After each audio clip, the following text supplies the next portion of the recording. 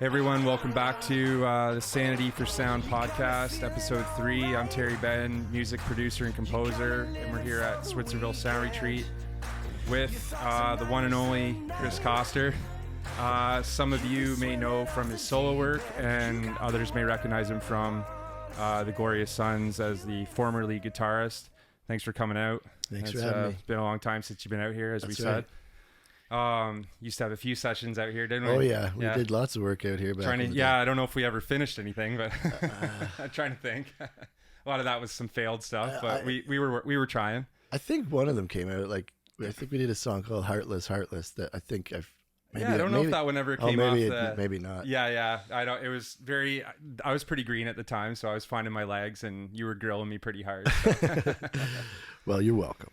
Yeah, no, it was great. Actually, just quickly, like one of the production tips I still use to this day is, you said it early on, it was you got to be able to crank it up any element in the mix. Okay. And then you can set it wherever you want in the mix, but if you can't crank, like if you're burying it because it's kind of out of time or wonky, like right, it doesn't work. It probably shouldn't be there. Yeah, which I love that, because you get it up, and if it can be the loudest thing, then it's going to sound great whether it is the loudest thing or kind of. That's what, like, I work on a digital 16 track still, as you know, and so I've always liked limitations. I feel like a lot of the time, like, too many options it kind of gets in the way of creating stuff. So it, like, for my mixes, it's like I don't have the like lavish option of, just putting in very little. Like, if I'm going to use up a track, it's gonna, it's got to be something that contributes, something special. Yeah. Sorry, that was 16 track. 16, yeah. Unreal, man. And do you ever do the bounce down? Not anymore. Yeah. No, now you can like dish it off to somebody that you know to. We do that, but I'm really loving like the lean and mean mix too. Like, I like just having it be everything there. You can just kind of, it's all contributing to the same vision. So and there is like that. I like whenever you do end up with a song and somebody doesn't want to fill up every possible frequency hole, right, it sounds bigger. Oh yeah. It's crazy. Like, it's crazy. Like, there's big in a way of those bands that do just the, if you did a breakdown on fucking YouTube, you'd see like 200 tracks, and you're like, that's really cool, like, to sift through, but you're really still only hearing like vocals, drums, guitar, whatever, and the rest of it's just in there. I always try to think of it as the grocery store mix, like, where, like where you're in a restaurant or a bar, or, where it's just kind of background music, and all you're really hearing is the vocal and a beat of some sort, and then there's like other just music, but it's very, drums and vocals are basically snare and vocal. Man. Like, honestly, I always say the grocery store, like, and any stereo, where the further you walk away, you'll hear those elements as well, like from your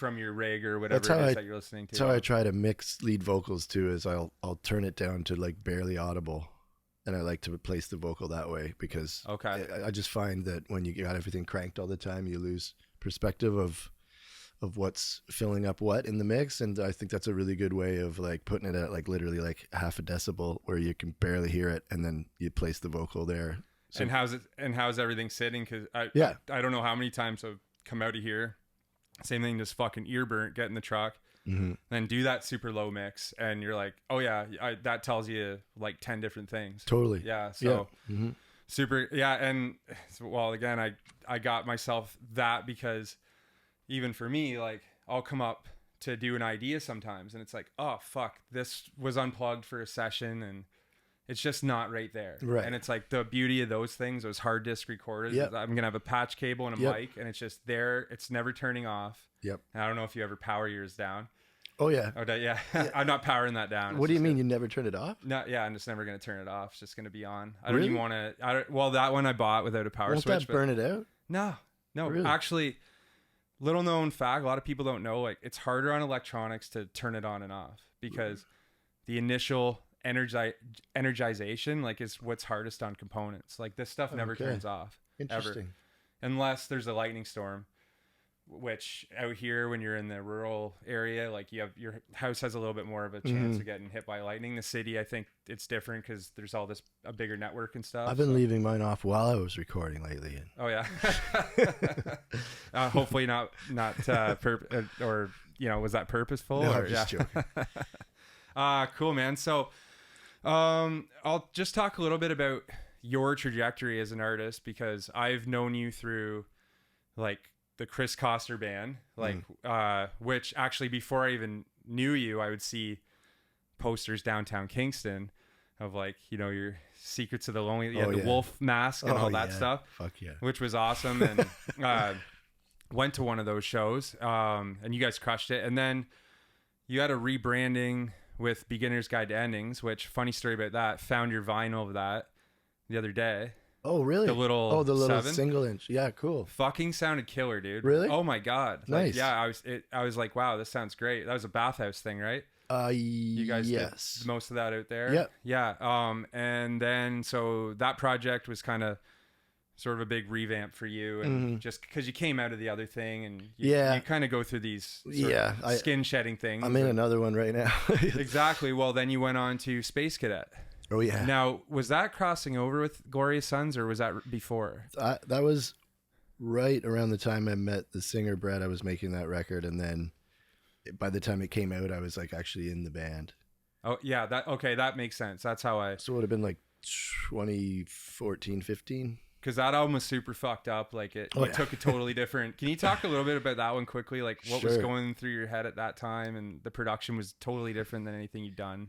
Yeah, I like, my name is nowhere on that album. The artist was Space Cadet, and I was operating from like the Ernest Hemingway approach of like write drunk, edit sober, and I was just going to the bars a lot at that time in my life, and I would come home from the bar and just turn on my machine and just like literally make nonsense, and then wake up the next day and kind of like go through it and be like, oh, this is kind of cool, this is whatever. So all the lyrics were, I mean, some of it's like almost spoken word. Like I was really chasing, I was kind of falling out of love with any of the instruments that I know how to play at that time. So I was like, I wanted to collect a bunch of stuff like from other people that I, like there's lots of like sax and horns and lots of strings on that album.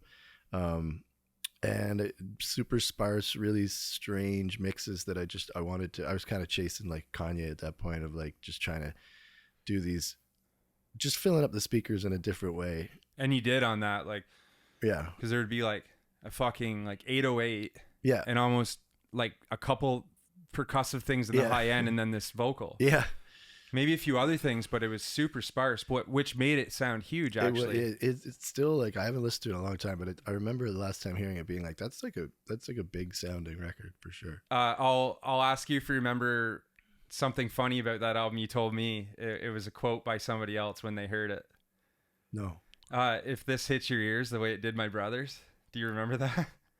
You were telling me. Oh yeah. You said you showed it to. Was it your older brother? Yeah, he heard the first song and he gave me a talking to in his driveway about, Yeah. How he wasn't vibing it? Is that right? Yeah. Okay. Well, I just found that funny because I think you buried that somewhere in the album in the end. No, it's the first song, and then the second song is like isn't it just like kind of some kind of low speak thing, or is it right there front? No, it's pretty up front and center. Yeah. I love how you added that after that. Oh well, I did a whole other song based off his scolding in his driveway. So how did that feel for you, like, to get that, if that's not a weird question, how did that feel for you at that time to get that feedback from him, where you were at with music and making that kind of album? I mean, my brother's never had a hard time giving me feedback. It's just been happening my whole life. So par for the course. Yeah. And, okay. I mean, and we have really different tastes on a lot of stuff, and so I just I file it away under that. I think he knows at this point I'm going to do what I want. Well, you're not going to run back to the studio and fucking reverse the faders or anything for it, but you want to know. No, right? I'm going to chalk it up to like the entire point of that record was to make something what's the word, like completely well, you either get it or you don't. It's like what's the word for like polarizing? Yes, maybe? polarizing. Yeah. Yes, thank you. And that was the whole point of that project. Was like I was fully aware like this is not going to be going to radio. This is not going to be the people are either going to be in for the ride or they're not. I thought of it as like a 50-minute sonic movie.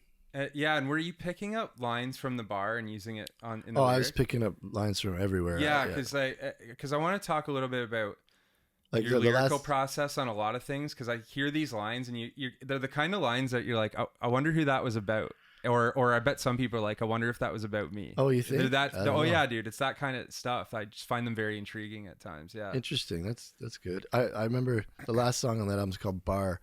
And it was the only lyric of the song was every bar should have a mirror behind it. And then look at you, look at you, look at you. And, and I just think it's like, that's probably like, it's an interesting thing to see yourself reflected in a bar. I think more people probably should take a look. Funny how they have, like, you're literally sitting there getting fucked up. And then it might be like 5 hours in and you just peer up at yourself like the bartender moves and maybe things quiet down for a minute. You're like, what the fuck am I doing? What have I done with my life? Yeah, it's you're Jack Nicholson in The Shining at that point. But. Yeah, 100%. And are you still, because I know that you kind of stopped going to, you used to hang out at your local, like the Red House. And are you back going there? You still kind of do just chilling around your house? Or? I'm like a total hermit these days. It's really hard to get me to leave my apartment. Yeah. I really love the apartment that I'm in now, and I've made it like very comfortable to my specifics, and I'm able to have a little tiny studio in there as well, and my piano and everything. So everything I need in the world is there. So it's tough to beat it. You got like a bar there, man. Like when you have people over, like it's like you're the bartender almost, or somebody else goes and plays that role. But yeah, it's a really good setup for entertaining and also making music. So that's basically just what I do. I still go like, I'll go have dinner and stuff at bars and see people and whatever. But and a lot of your buddies own, some of your best buddies own the. Well, it's funny because like that Space Cadet, like I realized like that project was a part of like, I don't know what I was doing at that point in my life, but I feel like I was kind of like doing this experiment at kind of seeing people at their worst, because I would literally show up at the bar at last call. Like I wouldn't go out until 1:30, 1:45, and then I'd go. That was back when my buddy Dan was working there a lot, and so I'd go help him close up, and we'd sit and drink and put the world to rights and have these long philosophical conversations over a few vodka sodas and stuff, and then that whole time period was kind of a result of kind of just experimenting about. Well, yeah, you got super into the Kanye stuff, as you said. So I remember that, and we can always be thankful, like especially when we get to our age as artists, like especially because you go through, you got to die a bunch of times and come back to life, and it's great when like an artist or an album can kind of turn that light bulb back on for you. Oh yeah. Well, and just him as an artist, I'm just so thankful that guy exists. When you think of how fucking boring pop culture would be without, a villain like that. Like it's kind of, he definitely challenges thinking and puts some ideas out into the world that are, a lot of people aren't ready to hear. And I'm just so thankful that there's artists that still do that, because, 99.9% of it is not that. And, go along to get along, and this is what's going to sell. And I just think there's so much of that. It's so nice to have somebody that just does not give a flying fuck, and it's like a total maniac. Oh, dude. And to be able to, and then he's not really like musically trained or anything, is he? No. Yeah. He just kind of found his way around stuff like Prince and Kanye are my two major influences. I imagine always will be. And it's so interesting because Prince was this guy that could just do anything and, pick up any instrument and play it like at a masterclass level. And it's almost kind of more, it's almost more impressive to be Kanye, where, like he says it himself, like, I can't even play the piano. Like, but to have these like sonic symphonies and these like these, I mean, because his music it's just on another level than anyone else, and it's just such a creative mind, and to not, you know, to like utilize all this stuff, like that guy uses the studio as his instrument, like 100%. like the album Yeezus, like that album like literally taught me anything is possible. And which is cool because like historically, I guess, you know, a lot of the artists we saw rise to the cream of the crop had to also have the chops. Yeah. But then so the technology has come with a bag of shit, and it's also come with like empowering people. Like, well, he just has a completely different bag of chops. You know what I mean? Like, it's not like he doesn't know his way around this shit. It's just that it's like, you know, he's not sitting there strumming an acoustic guitar. He's like, you know, I know what's supposed to be here. Right. How do we make it with my team? Right. And he says that he has synesthesia, which I believe, which is when you can see sound, because he refers to his music as like sonic paintings, and that's what they feel like to me. That's like you can see the colors and the yeah. Do you find then hearing him talk about that, do you see music that way in any way, or is that different to you? No, I always have. I remember being really young, like 14 or whatever, and like having discussions on like the school bus with people about like Motley Crue songs and stuff. I'd be like, this song's like Green to me, and they didn't know what I was talking about. And what is Green to you then? What would you classify Green as then? Yeah, that's tough. Tough now because the context is gone, but I just, you know. Well, and like it's really tough because I'm not even sure what I think Green is. Yeah. Because like I could play you two songs that are totally different and be like, these are both Green to me. Yeah, you'd be they're like, green what? In their own way. Yeah. So to be honest, I don't really even know. It's just a feeling. Yeah. So, well, that's cool. So yeah, that was a stop at Space Cadet. And before we go on, because you talked a little bit about the apartment, this was going to come later, but I'll bring it up now. Like, a little bit, just a funny thing about you being almost completely nocturnal. Like, you basically stay up all night, basically, right? Like, do you, like, from what I understand, like, do you pretty much go to bed at like 5 a.m. every day? Is that like your normal time? Yeah. So what's life like for you staying up? Like those would be like your prime hour. Would they be your prime hours? Because that's how I always see it. Like when we show up, like say Teddy and I come over and like, you know, Teddy and I are half spent because we're early rising guys, right? But we're pushing into our next wave to like go hang out with CK, right? So it's like, what's it, you know, is that your prime hour? Like you coming into your where everything lights up? I've tried to change it. I've tried to like, I mean, like school was a nightmare for me because of it, and like I've just always operated on like the opposite schedule of how the world is structured, and I don't know why.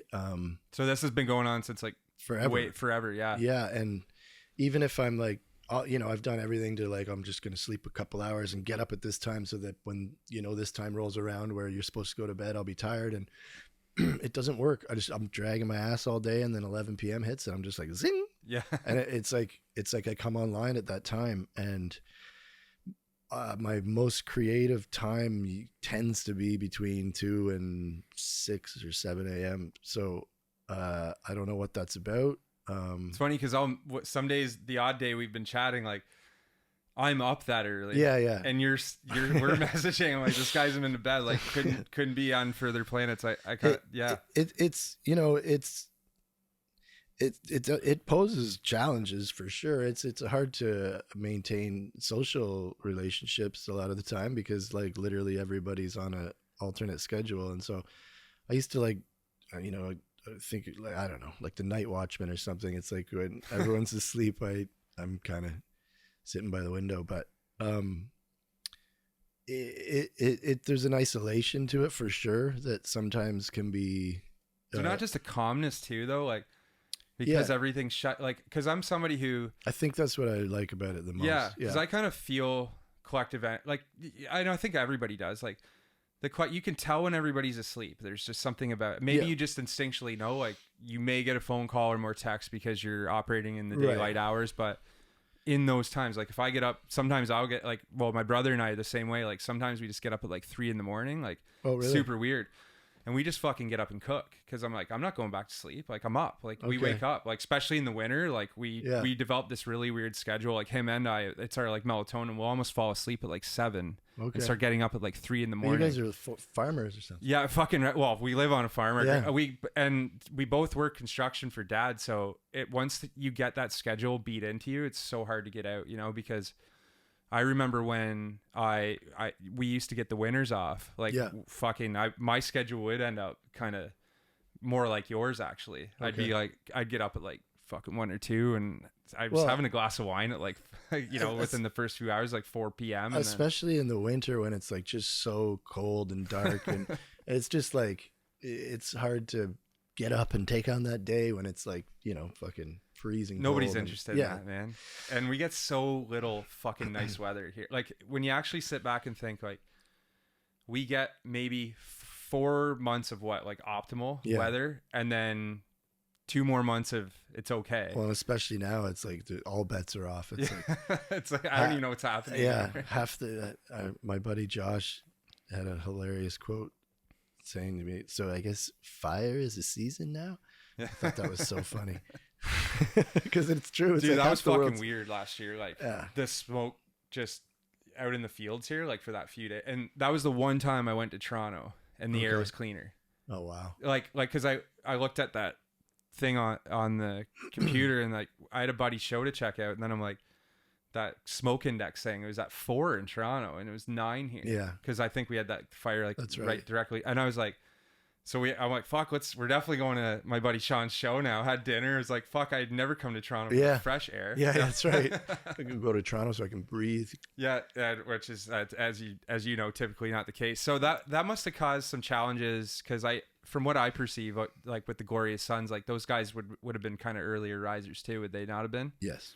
So did you find that to be tough? Like were you having to struggle through early rehearsals and stuff, or? Yeah, there was a bit of that for sure. Yeah. Was it always like that, or did you guys start at night? Did it work for your schedule sometimes? When I first joined the band, we just didn't do anything but tour for 6 years. So, I mean, tour life that works perfectly for me. I could bus tour till the cows come home. It's like that's kind of what my lifestyle is now. It's just my apartment's not moving. Yeah. But yeah, and then time off and stuff. After COVID, they all kind of got on like military hours. And just that was a change that was brought on by just everything shutting down and then coming back online kind of thing. I suppose so. I mean, no, well, they've always been early riser guys. Yeah. Yeah. Yeah. No. So that kind of brings us to Glorious Sons. I was kind of, we were doing something together. Oh, we were working on Brielle's record together. Okay. And then that was the time that you and Brett had been writing together for a while. Yep. And then you guys came out here for some demos. That's right. Of Sometimes in a Sunday. Yeah. Which I think was called God Loves Sex originally. Maybe. Or something like that.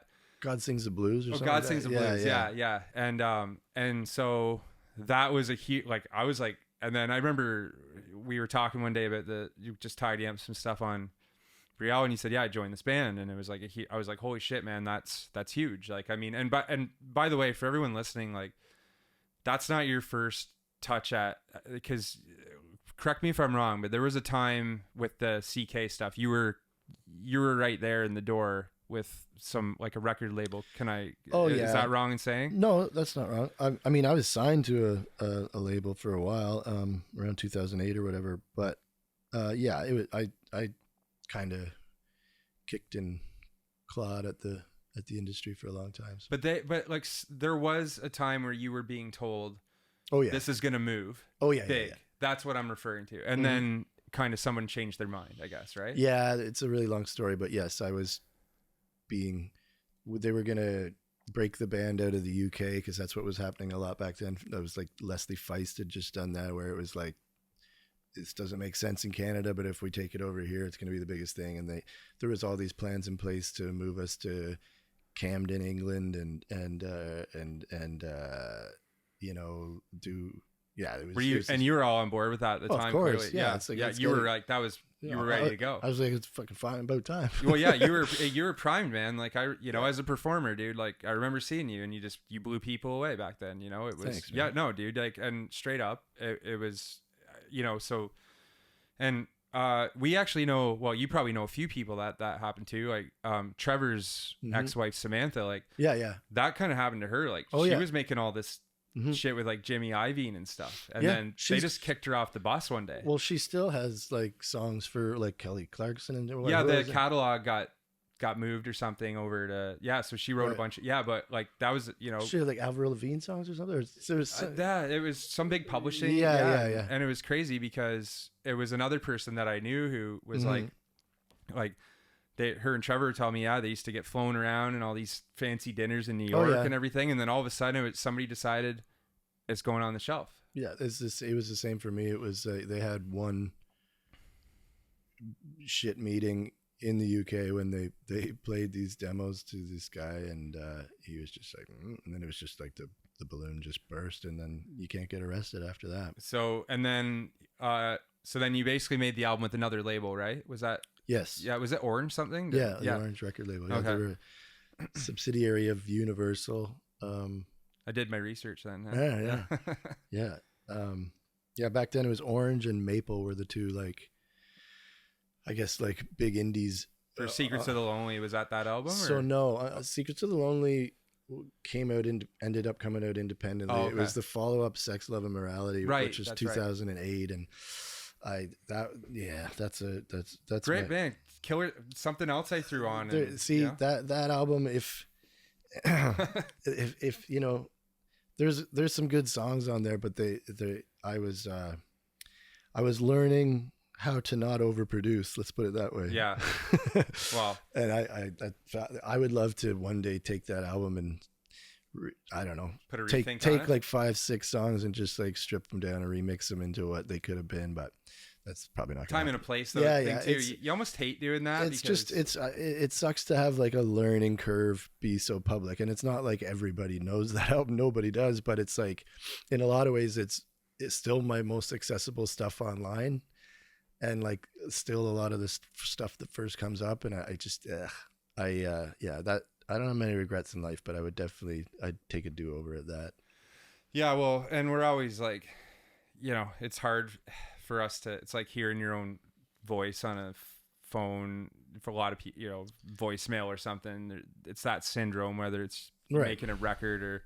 Well, and I have a tendency to get like kind of bored of doing one thing for too long. So all the artists that I really like and admire are very like, well, Prince and Kanye, for example, are both like, they're their own genre. Like there's no limitations or, it was always like whatever Prince record was coming out, it's like, what's he going to be up to this year? Like, cause it was always these gigantic, huge leaps. Kind of shift. And like the Beatles are like people that like would literally reinvent themselves album to album. I'm a big admirer of people like that. Even like someone like Beck. I think it's interesting that Beck is he's just been allowed to be Beck from day one. Yeah. And, he can do, all sorts of crazy shit. And it's always just, he gets licensed to do that. So. Yeah, I guess some people, some people are just allowed to. I guess if you hit one thing and you get yourself in a spot, and maybe he was somebody who took the reins like with the back end of things like early on too, because Arcade Fire is another band that like seemingly, I don't follow them that closely, but it seems like every record is like, oh, they're ABBA this year, and like they're always switching it up, and they don't want to and I'm sure like I like when an artist departs, and I also like when they kind of come home a little bit too, because I mean sometimes they're you could use a little bit, could have used another helping of that for sure. And you got to kind of stray away from the formula to even be able to get back to it, It's like I love AC/DC, but like not everybody can do that, right? And it's actually quite impressive that like they just they're like, this is what you get every night. And every night it's steak and potatoes. And it's like, and it always tastes good. It's it's never dude, 100%. And when I've still never seen them live, but like that they kind of just invented the rock concert, you know. It's just like if you two wrote the book on, you know, making a concert, a spiritual thing, AC/DC just wrote the book on. Yeah, that's straight. Yeah, dude, 100%. Yeah. And I honestly did not know they were Australian until like a few years ago. Really? Yeah. And you know, Michelle's Australian, obviously. Right. So I was like, she's like, yeah, they're Australian. And a lot of artists actually that I just didn't know were like, there's a lot of good Aussie artists. And I'm just like, shit, I can't believe I didn't know that. I would have thought USA born, you know, like straight up. Yeah, for sure. Right. Yeah. Like just had all that, you know, kind of the amps, the look, the everything. Oh, it's yeah. And they're all like this tall. Oh, 100%, dude. Yeah.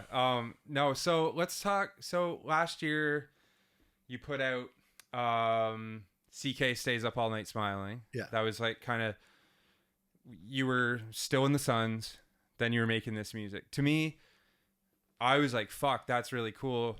That seemed very like, cause there was a time we hung out in your apartment, you were like mid Suns and you were like, I'm not writing anything right now. Yeah.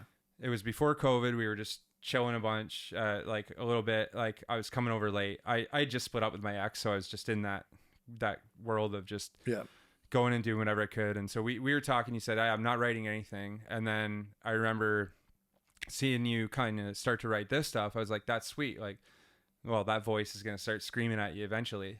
And I'm sure that you didn't get. I know, like, I don't want to say for sure, but I'm sure that there are things that just weren't going to come out through the Glorious Sons, like stylistically. Right. That your impulses were kind of maybe asking for. Exactly. And, you know, my role in that band was to facilitate another person's vision and get that as good as it could possibly be. And I'm very proud of what I brought to that. But huge contribution, by the way. Like, oh, thank you. Because I saw the ground level of that because we were in the studio probably for, I think, some of the first sessions. That was a thing. Like very first, I think. Yeah. Sometimes on a Sunday was like the first thing Brett and I did in the studio in any real. And you just brought a level of experience. Yeah. But then you also sat back in a way I've never seen before, which was a really good move on your part. Like, I just didn't think you had it in you, to be honest. Like, really. Yeah. Well, I am a control freak, but I also like, I like, what's it called? Relinquishing control at times? Would you say? Yeah. Like collaboration. Like it's, you know, best idea wins always. And he and I had a very good thing going for a while there. Yeah. And so that, so that kind of, that goes on. You start writing some new stuff finally. Mm-hmm.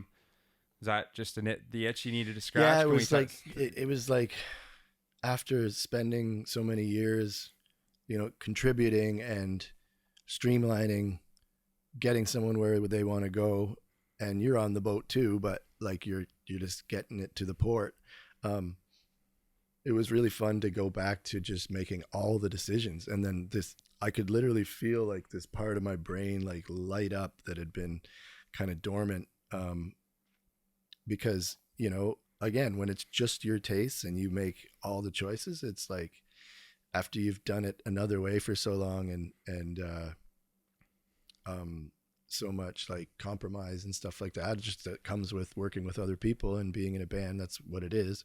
To just be like off the leash is just like, yeah, let's do this. So it was just really exciting. And so that record, the cover of that's pretty funny. It's you're at Harlow's school. Yeah, that's my Was that like Dad's Day? That was my son's 5th birthday party. Oh, so that wasn't at his school? It was at his school. Okay. He was like in like kindergarten or whatever. And they do this ritual there where it's like they do this thing where they light a candle for each year you've been born, and then they have like memories printed out on, you know, photographs, and the kid takes it and he walks around this carpet that like symbolizes another trip around the sun. Oh, okay. And so it was just hilarious, but it happened to fall on the morning after like the rap party for A War on Everything, which is like a Glorious Sons record. And we yeah, I had. You looked like you'd been up all night, smiling. I was up all night smiling. Dude, so good. Yeah, it was a rough morning. And great album cover choice though. I just thought the photo was, it kind of just said it all without saying anything. Yeah, 100%, dude. So so now you're working on so you've kind of said online that you're gonna kind of release this next batch of stuff in a monthly increment, which a lot of people do, and I think it's a good move. Like, not that I think who knows what a good move is anymore, but well, exactly. I see that logic. And so my question is, with this new album, we've got one song out right now from that, right? Yep. So is everything written, or are you kind of producing as you go? It's not even an album. It's just I just foresee myself putting out singles from now on. So you're just knocking singles right now. Yeah, and I've kind of had to switch up the initial plan. The initial plan was the first of every month there'd be a new song. I'm already pushing May's to May 17th because the mix is taking a bit longer, and for a lot of different reasons too. But also, I've been talking with some kind of management type dudes and working with some other guys, and they have it's basically going to be the first Friday of every month from now on. So, sweet. So that, they can get playlisted properly and all that type of stuff. So, the next song coming out on May 17th is called Fun on Drugs. And it's like a German club anthem. It's going to be a rage. Okay, nice. Yeah. It's like a 2-minute 40-second just like blast, and it's really fun. And I think it's going to be a total trip live. And then the idea is every first Friday there'll be another song. And I've kind of like again opened the door to like a kind of a new sound for me. I've been working with samples a little bit, which is a new world for me. And like actually like sampling from other artists and stuff like that. And is there any legal thing you got to deal with that? I guess we'll see. Okay. Oh, so right now you're just peeling? Yeah. Okay, nice. Yeah. And you're also working with Sean. We got to shout out Sean Tommelty. Yep. Seems like that's been going really well. Yeah, it's great.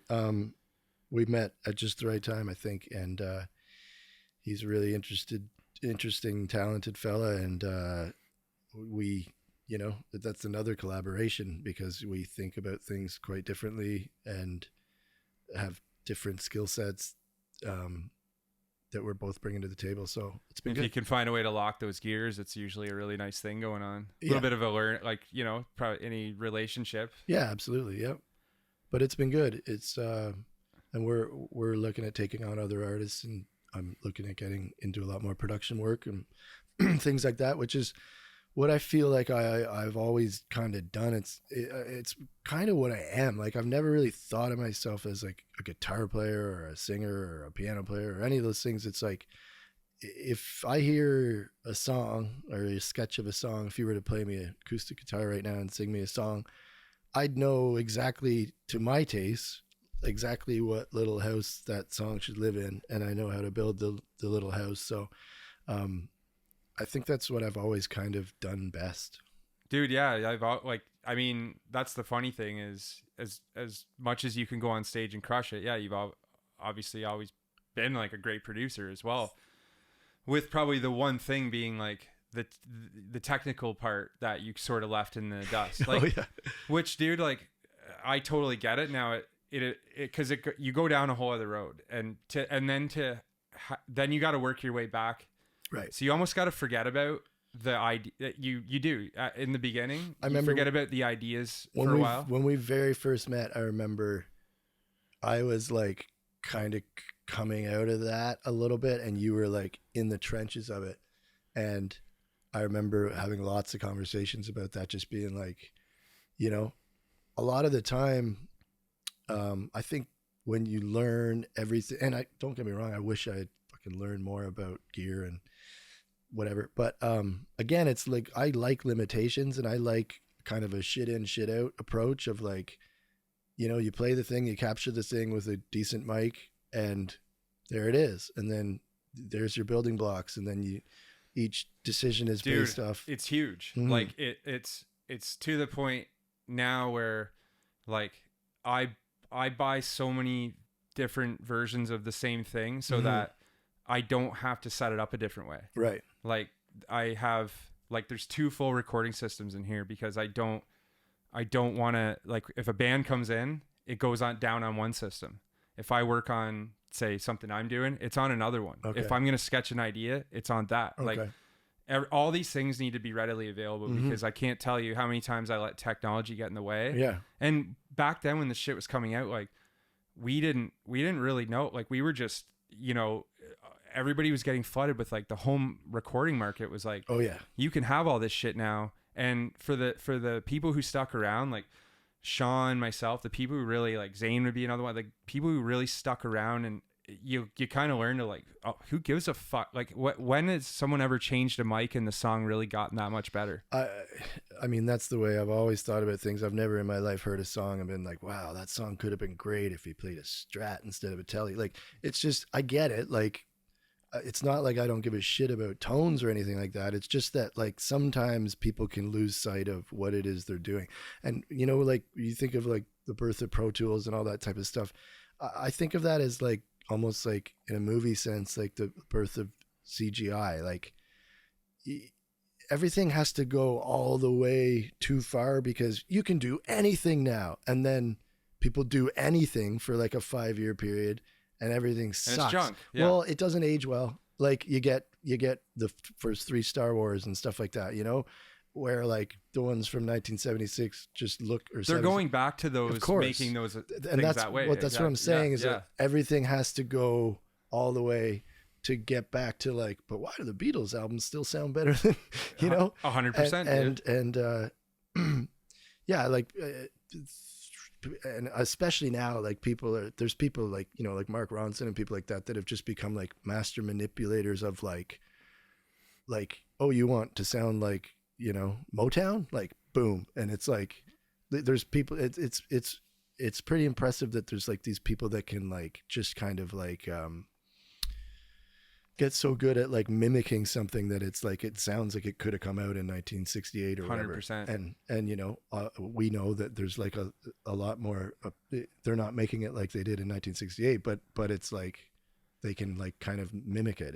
There's this, because a lot of what it was stylized. We're technical, like the sound of those old records were the limitations, like the hiss. Yeah. The fact it wasn't bouncing tracks. And then it made arguably the tracks get thinner.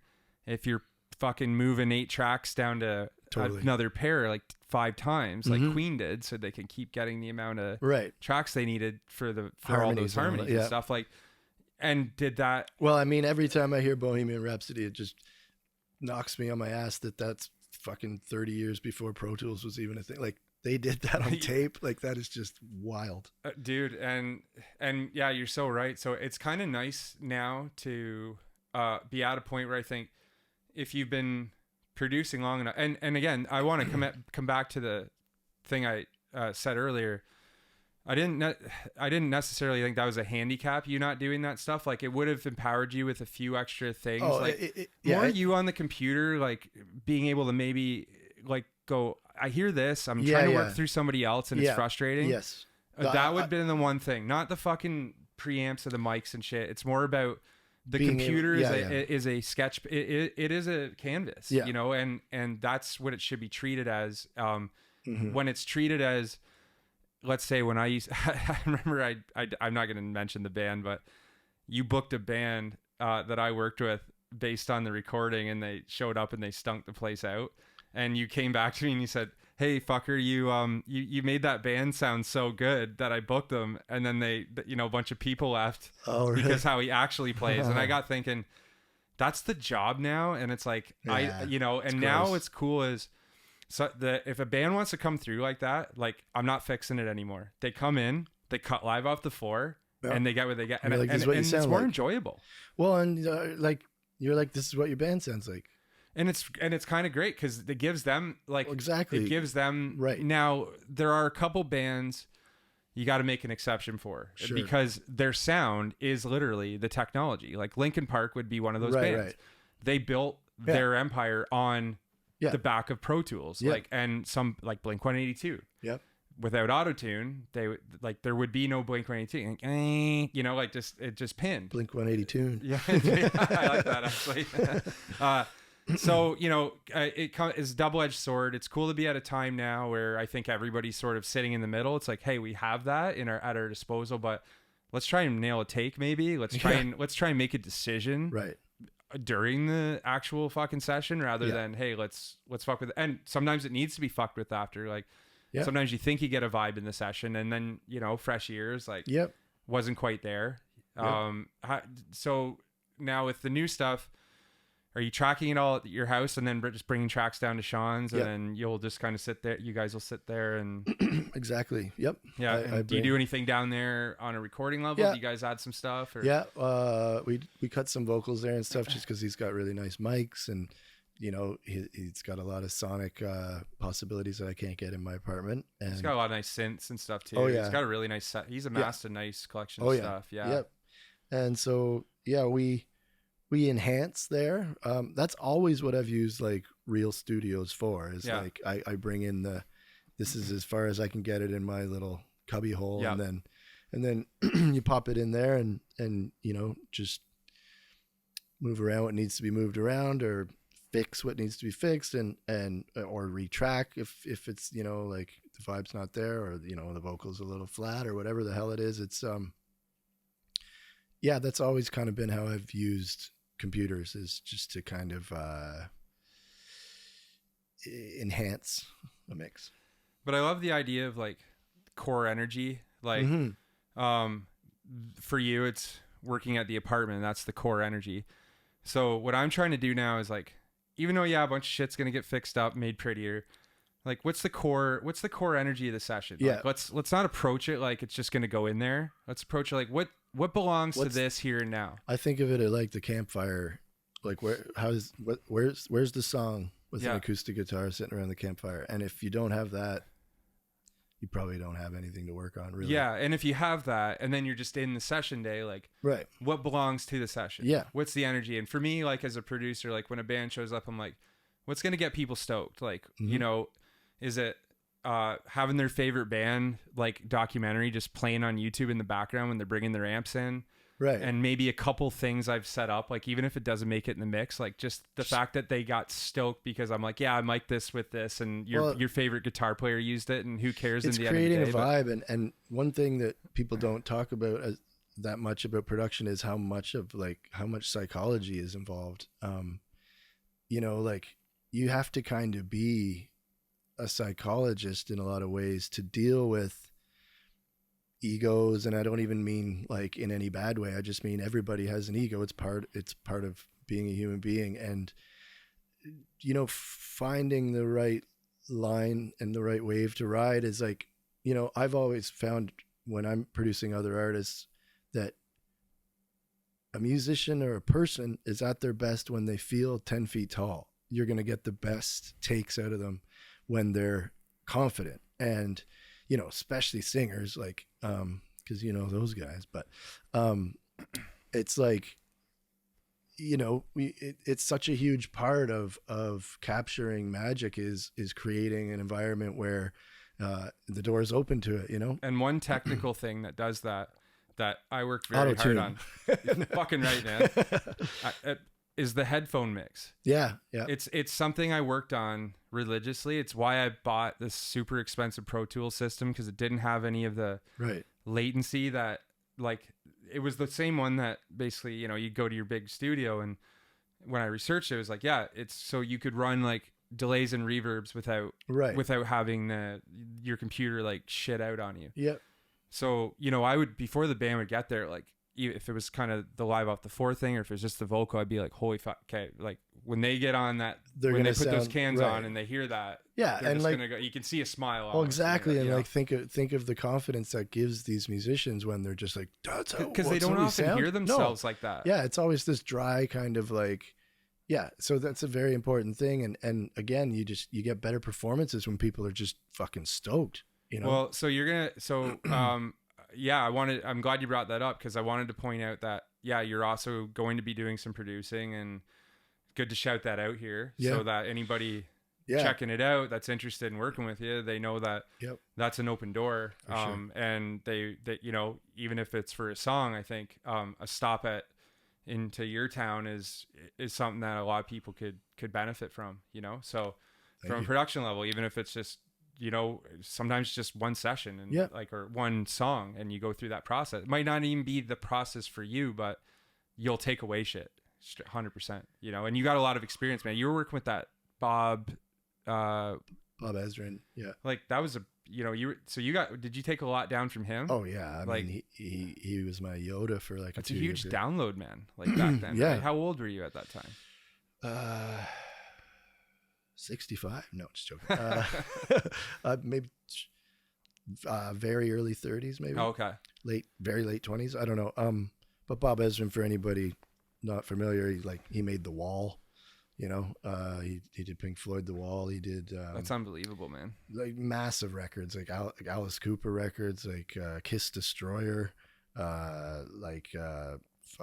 really he made a so ton add that of to your list of also playing with, like, you know, the Rolling Stones and standing on that one stage that Prince was on. And that's right. First, you got some pretty big pinnacle moments, man. Yeah, say, and you know what, the Glorious Sons afforded me a lot of those moments, and for that I'll always be grateful. But yes, it's true.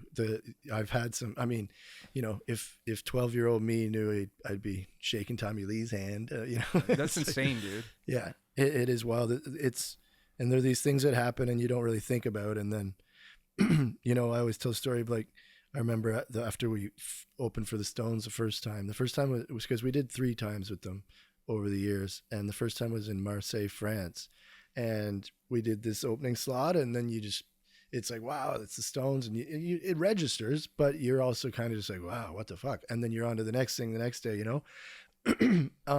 So you don't really have time to like sit and even have it sink in. And I remember being on a break from tour and like just watching YouTube or something, and some interview with Slash came on from like 1988 or something, and the interviewer was like, you guys just opened for the Stones, like, what is that like? And he was just gushing about this, like, you know, he's a part of this club now that's like, how many people on earth can say they opened for the Rolling Stones? And it just fucking hit me, like, I'm in that club. Yeah. And it's crazy. Yeah. And the way that these things show up in your mind, because it like it registers, but it doesn't sink in. And then, well, now when you're on the run and you're used to playing to like how many people a night anyways, yeah, you're already halfway across the fucking world touring. And also, like, what are you supposed to do with it? You know what I mean? Like, what are you supposed to do with that information? Like, and then are you like, okay, I'm done, I made it? Like, yeah. It's like, you know, it doesn't change your day to day. You're still climbing.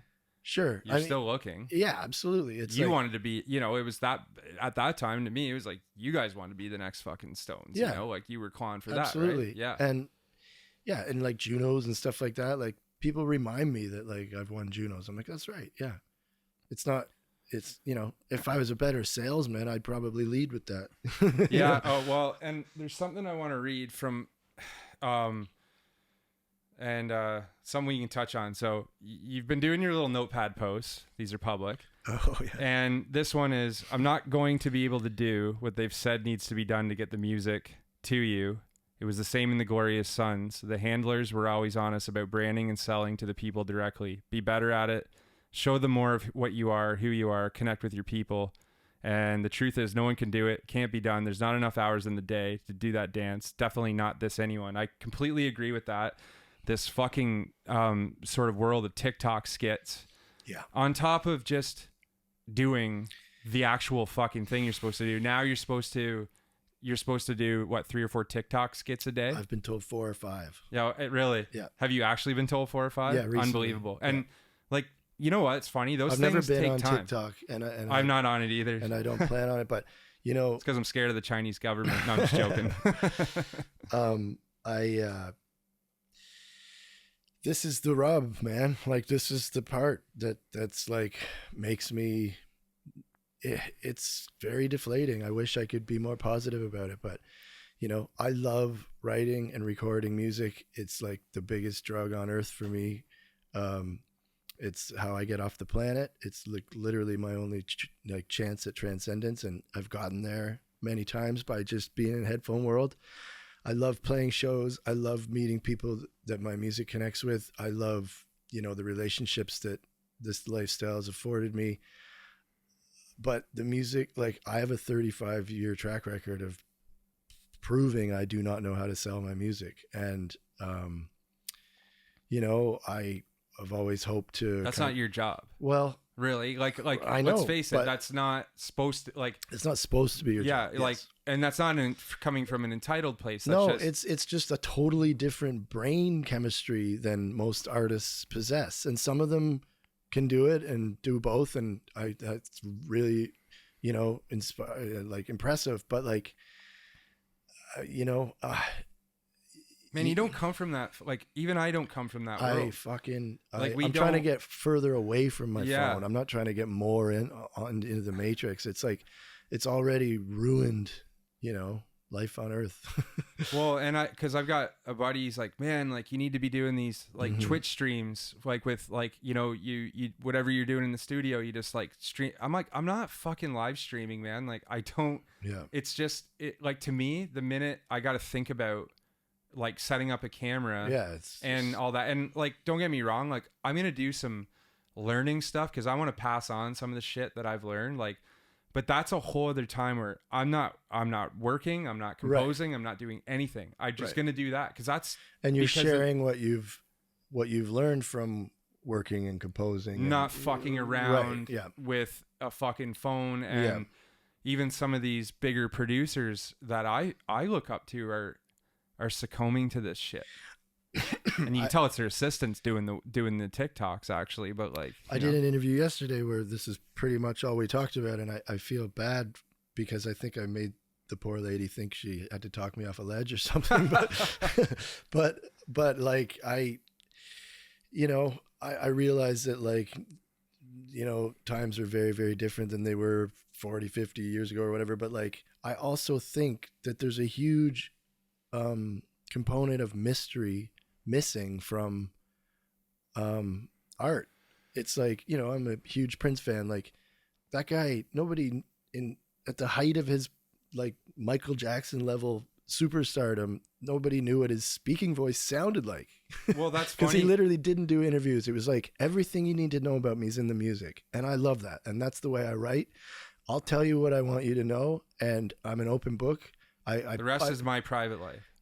Yeah. And it's not even like, because I'm pretty fucking open and vulnerable in my lyrics. Like, it's not like But that's in the art. That's not on your phone. That's exactly right. And it's like, when it comes time to like, love me, I don't know how to do that.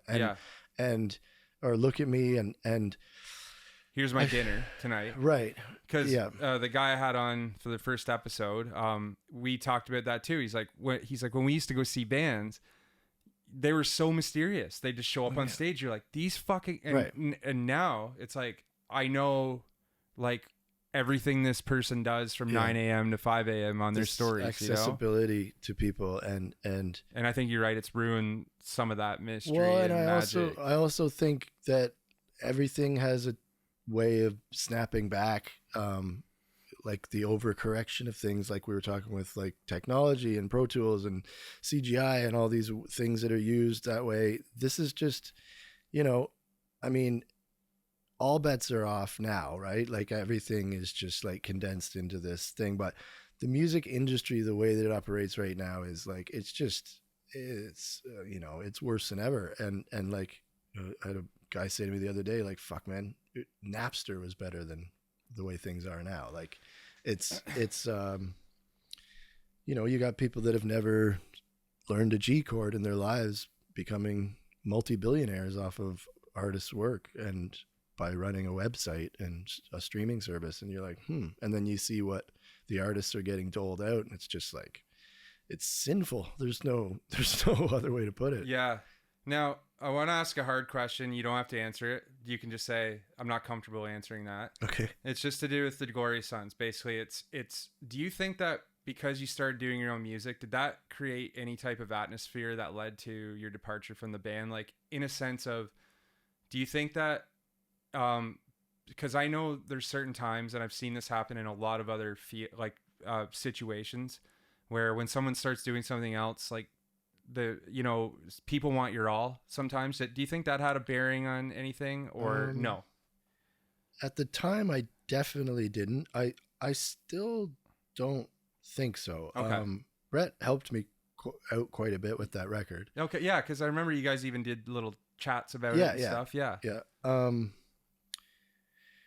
No, it's difficult for me to talk about that only because, like, legally, dude, we don't have to go anywhere. No, you don't need to go. It's just I lived my experience in that, and they lived theirs, and that's their life, and this is mine, and I've got my stories to tell, and I'm sure they think of it in opposing ways, lots of different things. But I mean, that's what that band is. It's like, I'm the fourth person replaced out of a 6-person band. So yeah, and that was more to stay centric on the idea of like, I think it's like more creating something else, and and then does that, like, because I know that, again, I've just seen that happen a lot where it was something that crossed my mind, because I used to get super like kind of jealous if it's like somebody was gonna like go play with somebody else. Like, I needed to have my guys, your wife's cheating on you or something. 100%. Yeah. So I just didn't. That was like really to stay centric on that, not to dive into the the gritty of that stuff. Well, I try to live my life in all ways, if I can, to not try to like suffocate something with love, because I spent years doing that, of just like holding on so tight, and I don't think it's healthy for anyone involved, probably least yourself, to hold on to things so tight. I like to try to give people and myself like a little bit of leeway, and just trust that people are they're on board because they're choosing to be, whether that's relationships or whatever the hell, bands. It's like you don't want to pet the bunny too hard. Dude, I'm so glad we're into this conversation, because even for me, like, when if I just have one thing, I'm fucking miserable. Right. Like, you're right. I killed the bunny. I choked the bunny. Right. I love you so much. You're dead. And what I like from my perspective now is, it's cool because, like, even when I got, like, I was really hot and heavy into producing, and like right coming up into COVID, I was really like attached to all the projects, and I was giving it a lot of push, a lot of gas, but I found if anything felt weird, I was like, and now what I find is, because I'm flipping back and forth between that and like the film and TV world, like, I don't get too attached to one now. Absolutely. And it's great, because it's like, you know what? The minute I get those feelings, fuck this, I'm going to go do that now, man, and let that cool off. When I joined the Sons, when I first met Brett, I was making 3 different records for 3 different artists at the time, and it was like my brain was just like, my antenna was fucking Okay, hold on. up. So you had Brielle. I was doing Space Cadet, right? Brielle and something else. Oh, maybe like there was some other person's project. It escapes me right now. Wasn't Emily? It wasn't Emily. Okay. No. I'm trying to think of what that was too, actually.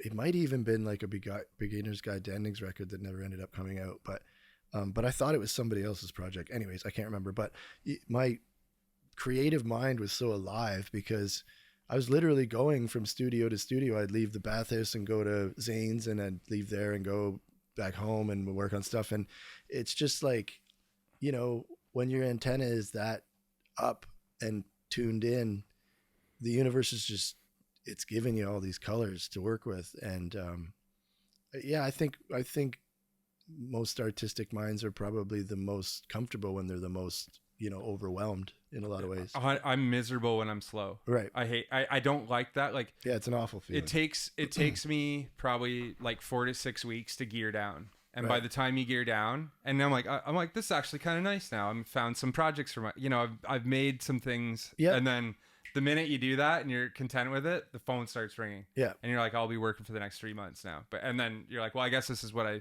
I wish I could enjoy that time in between, but the gear down is so hard for me personally anyways. Like, and I think that's probably a good problem to have, if it would suck if you're sitting around waiting for the phone to ring with nothing to do. That would be, yeah, you just got to like acclimatize to, okay, I'm not, cause sometimes like it's like, okay, I'm not working for anybody now. I don't have anybody to serve at this point. So, okay, now what can I do to serve myself now? Okay, I'm going to maybe I'm going to finally make that record I've been talking about making for years. And so far it hasn't been made because the phone, it's like the universe, like, no, I'm going to send you a job again, you know? So it's like, okay, cool. Well, I got to make money. That's the commerce part of doing this stuff with music. You know, it's like something I step back and I was like, I actually am only now really taking time to try to be a musician again. Like not like in the sense of going out and being like, I'm going to have this. No, but just picking up a guitar, play guitar, man.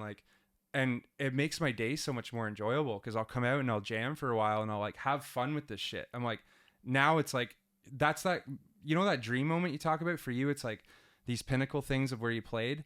Like for me, it's like, I walk out and it's like, this is all the stuff I dreamed about. Yeah. Like even though it's like material stuff I'm talking about, it's more about having this room and this creative. Well, and an option at a lifestyle like that. Like that's what it is. It's like you can do what you dreamed about doing when you were a kid, and you're like, man, if I had this fucking keyboard or this whatever, imagine I could track drums or like it. And you've got it all now, so you can literally, you know, because that's what we do. We start with a blank canvas. You start with silence, and you put stuff on top of it. And you were out here, you've kind of seen this place go from the early kind of, you know, where I couldn't make a fucking, you know, I couldn't make anything sound good, you know. It was I wouldn't say that, but I had the energy. It was just I hadn't linked it yet to, you know, it was like you'd be like, yeah, this is sweet, man, and then, you know, you call me later like, yeah, I'm at home on my stereo and it's not fucking jiving, and I'm like, yeah, I get it. Dude, that shit cost me, like with you and a few others, like sleepless nights. Like that's how you get to where you do make shit sound good, because it drives you insane until you can figure out how to do it. Yeah. Right. Yes, totally. And do you ever truly figure it out? You know, like fuck no. Yeah. I'm never like you never. No. Have you ever actually been happy with anything? Yeah. Yeah. Oh yeah. Yeah. Like but there's this component to it where, you know, at the kind of inception of it, or like first capturing the sketch, is like I'm walking around like I'm Elvis Presley, but then it lasts like an hour, you know. But it's also because you fucking sit with it for how long before it's, and then obviously too you've got that's a drag. I really hate getting burnt out on mixes. I like to work really quickly as much as I can so that it keeps fun for me, even because I do think that, you know, energy is contagious, and you can if you can get the fun in the mix and let it, like, other people will hear that. I think even subconsciously, I think people react to those people things. Need to have like more, like flat out, people need to have more fun in the studio. Like if you set your day, it's a vibe, and if you set the day, like that's where, like, I can call it now too. I'm like, you're not going to have fun today, and I'll tell you why, because you're trying to do this and this, and it's not going to be a good time. So here's how your day is going to be fun. Think about how many like background vocals on Glorious Sons albums I had to record, like literally in the middle of a house party. Like it would be Frederick like literally screaming at 60 people like, shut the fuck up, and like, because we got live mics and stuff, and I'm trying to sing a harmony that's like, you know, this little quiet thing, and you got like, was this like at Zane's at the time? Zane's or Brett's house, or you know, just about anywhere we recorded with that band. So but it brings a vibe to things, and I do think that people can feel it. Yeah, and especially like a lot of bands try to do so much in a day because studio time is expensive and stuff, but it's like so what I mean, at least what I try to do with groups is say like, hey, do you have your own recorder? Like, you know, like come in, let's get a lay of the land, but then I give everyone homework now. It's like no one's having fun if you're sitting here figuring out, you're writing the riff here, you know, like that's not, energy's contagious, right? Yeah. If I'm fucking with gear for 2 hours, it's contagious. Everyone's, you know, you end up like this, right? So it's like, no, that, I mean, I think that's something that, you know, I at least I try to push. I know you're very aware of it as well. Mm-hmm.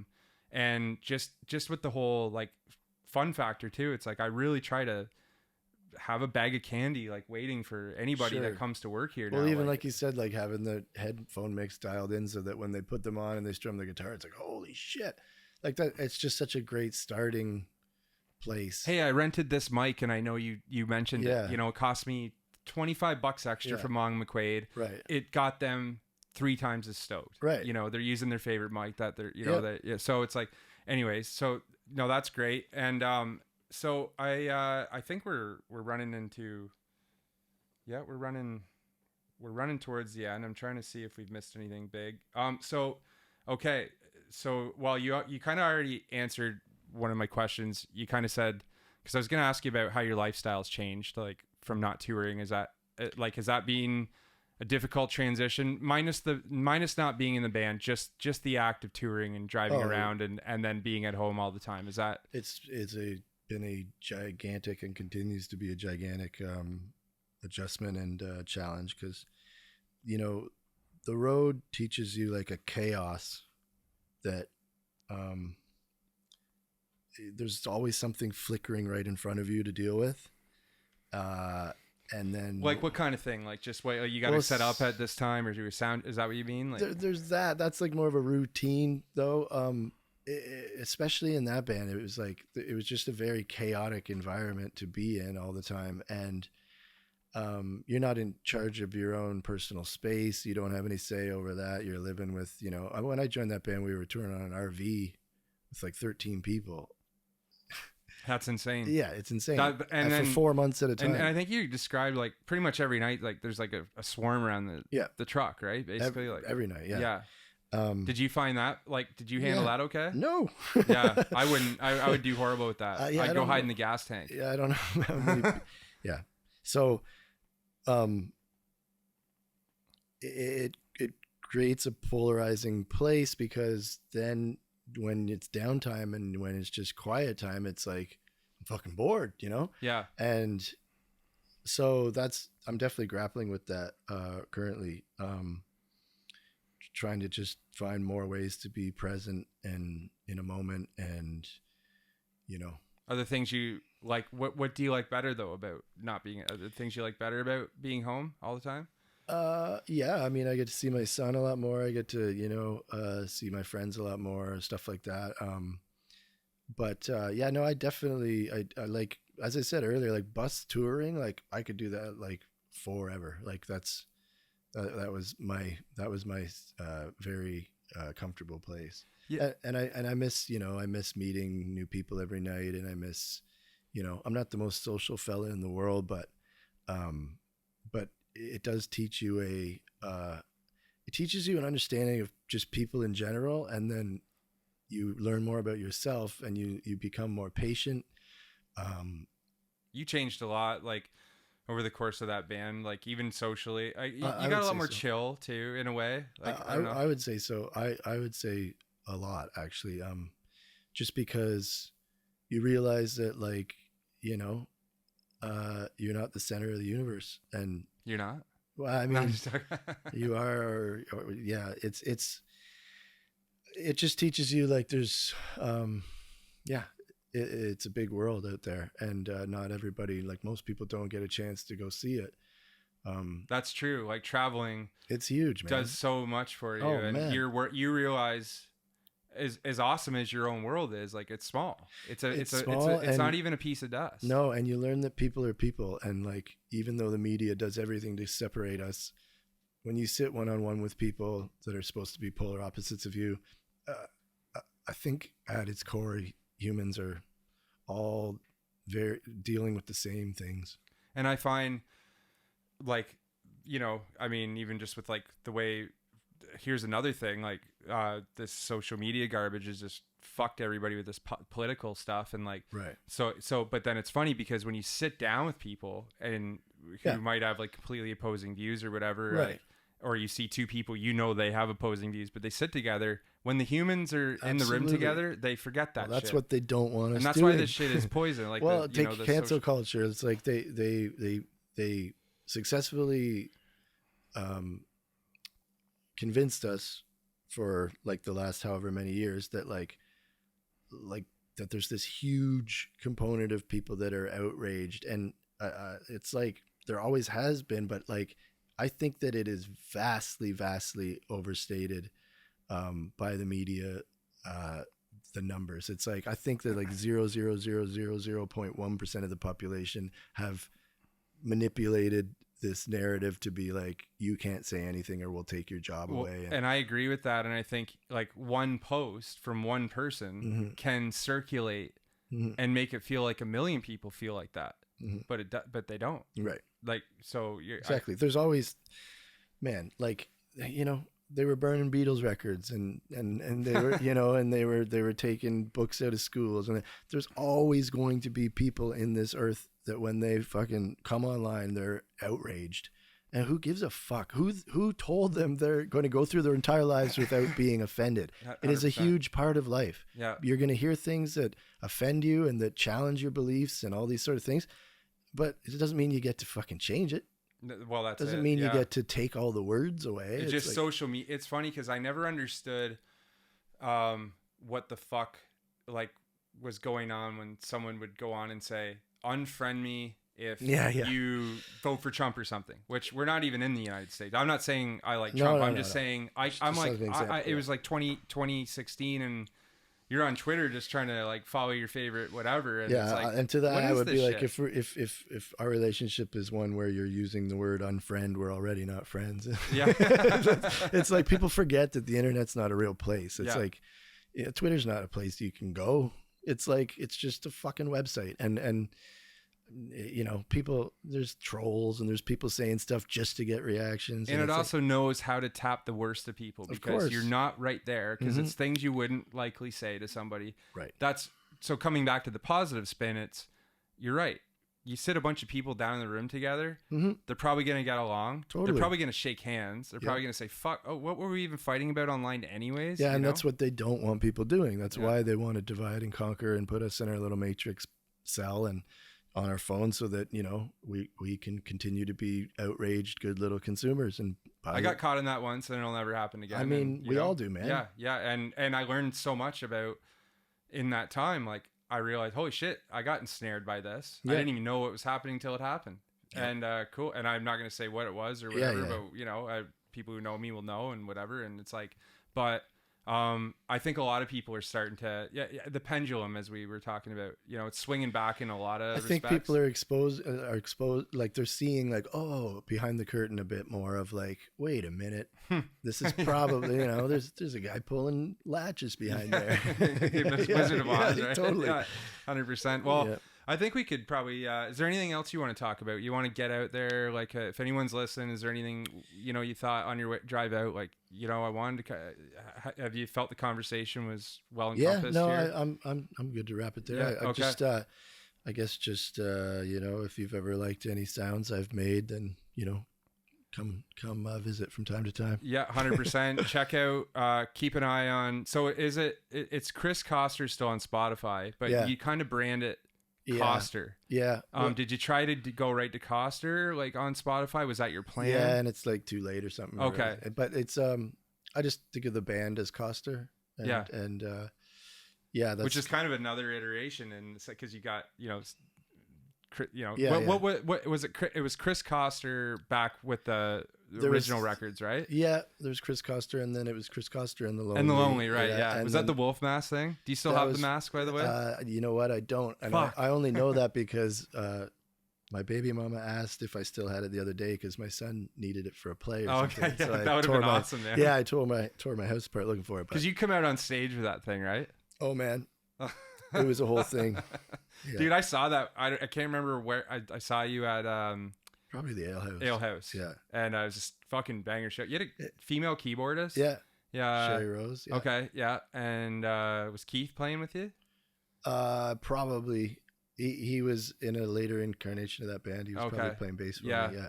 What a solid dude, eh, Keith? Oh yeah. I mean, we still play music together. I remember you guys were recording out here, funny little story, and I was trying to do that dining room thing, which the drums sound great out there, but I was trying to get the players out there too, and it was before I realized like I wouldn't be able to compete with the drums with the headphones in the same room. So Keith comes into the studio, he's like, he hadn't been able to hear his bass the whole time. And he's just playing by sight. And then he gets in here and he could actually hear his bass. He's like, he's like, it's like I've been starved the whole time. And I was like, man, fuck. And I'm just sitting there like, fuck, man, why didn't you think of that? You know? He's a trooper, man. And I was like, thanks, man. He rolls Appreciate with the it. punches. Oh, he does. Yeah. Like, well, hey, you couldn't hear yourself, dude. Like, so now it's, so that's why I kind of stuffed the drums. I can get some really cool live off the session or live off the 4 sessions in here because when the drums go in there, I guess it'd be like, imagine Zane's, but everybody was playing on the other side of the glass. Okay. You know? So I got like 4 or 5 people out here. Right. And it's great because you hear just the drums through the headphones finally. So everybody can actually hear themselves and it's quite nice. But I learned that because of that fuck up out there. Sure. Or whatever. Curtis was Trial out here. and error, man. What's that? Trial and error. Dude, 100%. We had a lot of stuff like, I was like going through some old shit. I'm like, that's where I was like, I don't know if we actually got something out the door. So maybe someday we'll have to maybe knock that off. Let's do it. Yeah, let's try and get one out the door at Absolutely. least. So then I can, put that little guy to sleep in my head. I would love that. Yeah, that'd be fun. Okay, man. Well, thanks for popping out. Thanks for having me, and that's it. I guess. Have a great night, everybody. Cheers. Yeah, cheers.